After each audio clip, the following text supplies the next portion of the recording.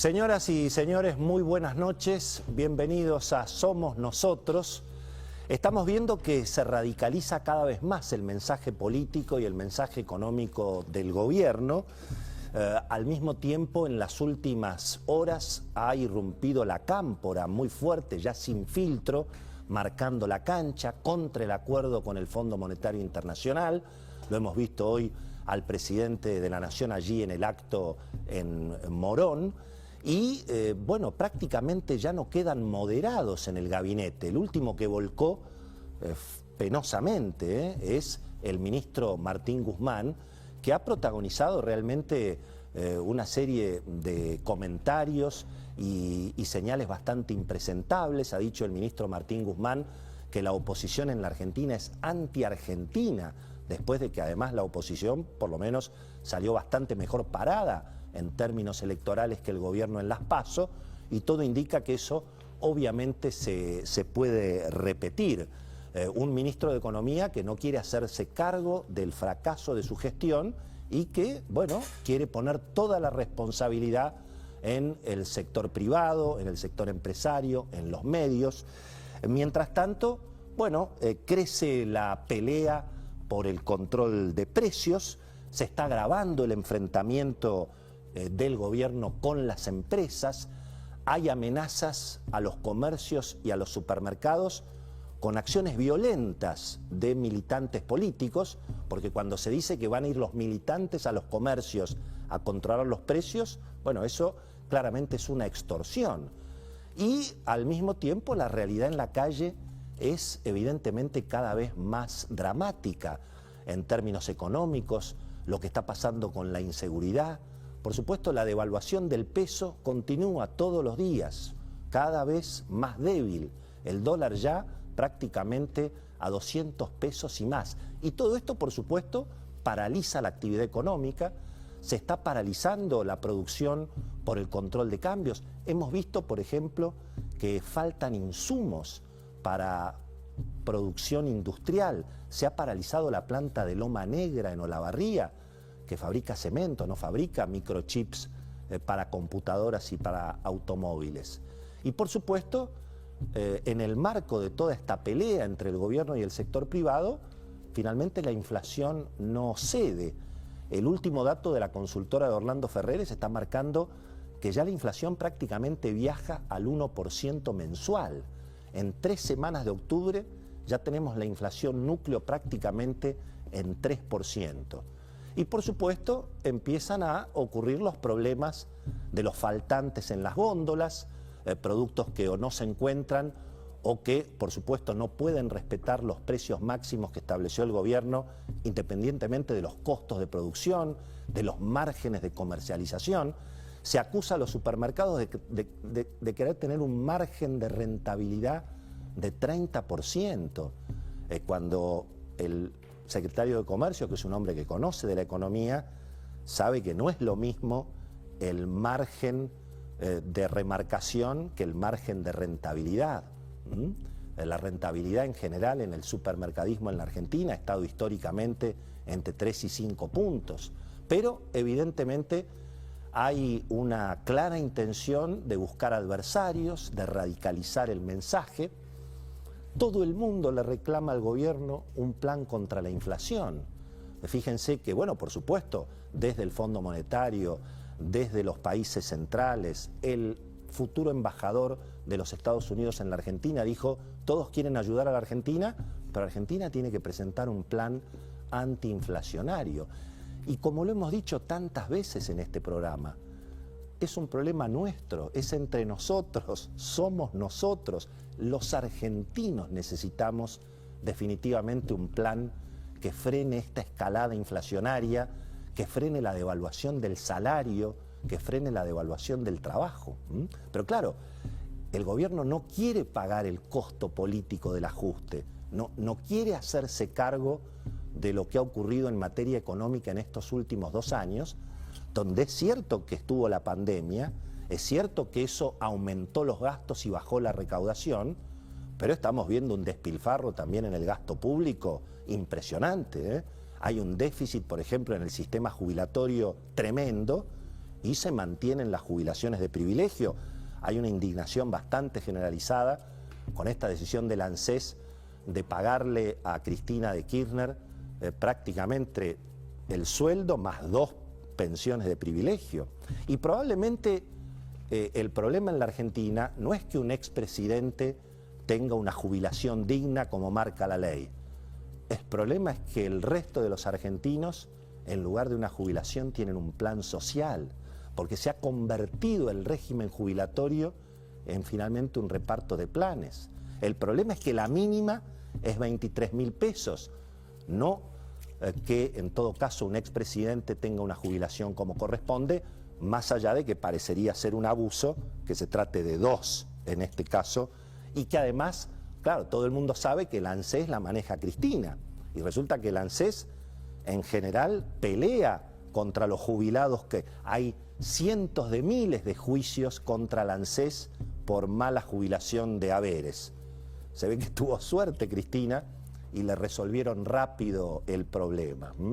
El tema inflacionario además tiene un costado internacional que hay que mirarlo con cuidado. Hay una situación internacional que agrava el problema de la inflación en la Argentina, porque lo que está pasando en el mundo después de la pandemia es que finalmente, claro, durante la pandemia la gente seguía comiendo y por lo tanto lo que vende la Argentina era lo importante, pero ahora el mundo empieza a consumir, entonces en alguna medida se abaratan las exportaciones de Argentina al mismo tiempo que se encarecen las importaciones. La gente también quiere comprar juguetes, quiere hacer regalos, quiere salir. Bueno, todo eso está generando un problema desde el punto de vista logístico a nivel mundial. La producción en China, hoy me lo contaba Claudio Suchovicki en la radio, en China por cuestiones ambientales se ha decidido manu militari, como son los chinos, bajar violentamente el ritmo de la producción industrial. Entonces de pronto antes producían 100 productos para cobrarlos $1. Bueno, ahora van a producir 50 para cobrar los $2. Casi al revés de lo que pide el gobierno argentino, que le pide a las empresas produzcan más, no aumenten los precios, produzcan más y vendan más. Bueno, los chinos están yendo al contrario, por supuesto por la cuestión ambiental, pero hay todo un problema logístico a nivel mundial. Por ejemplo, todo lo que tiene que ver con el comercio exterior. Y bueno, hay menos disponibilidad de carga, hay menos containers, hay menos barcos. Entonces de pronto la producción, en lugar de venir las importaciones a la Argentina, los barcos prefieren dejar todo en el puerto de Santos, en Brasil. Porque si vienen a la Argentina se van vacíos, porque la Argentina está exportando poco, porque importa poco.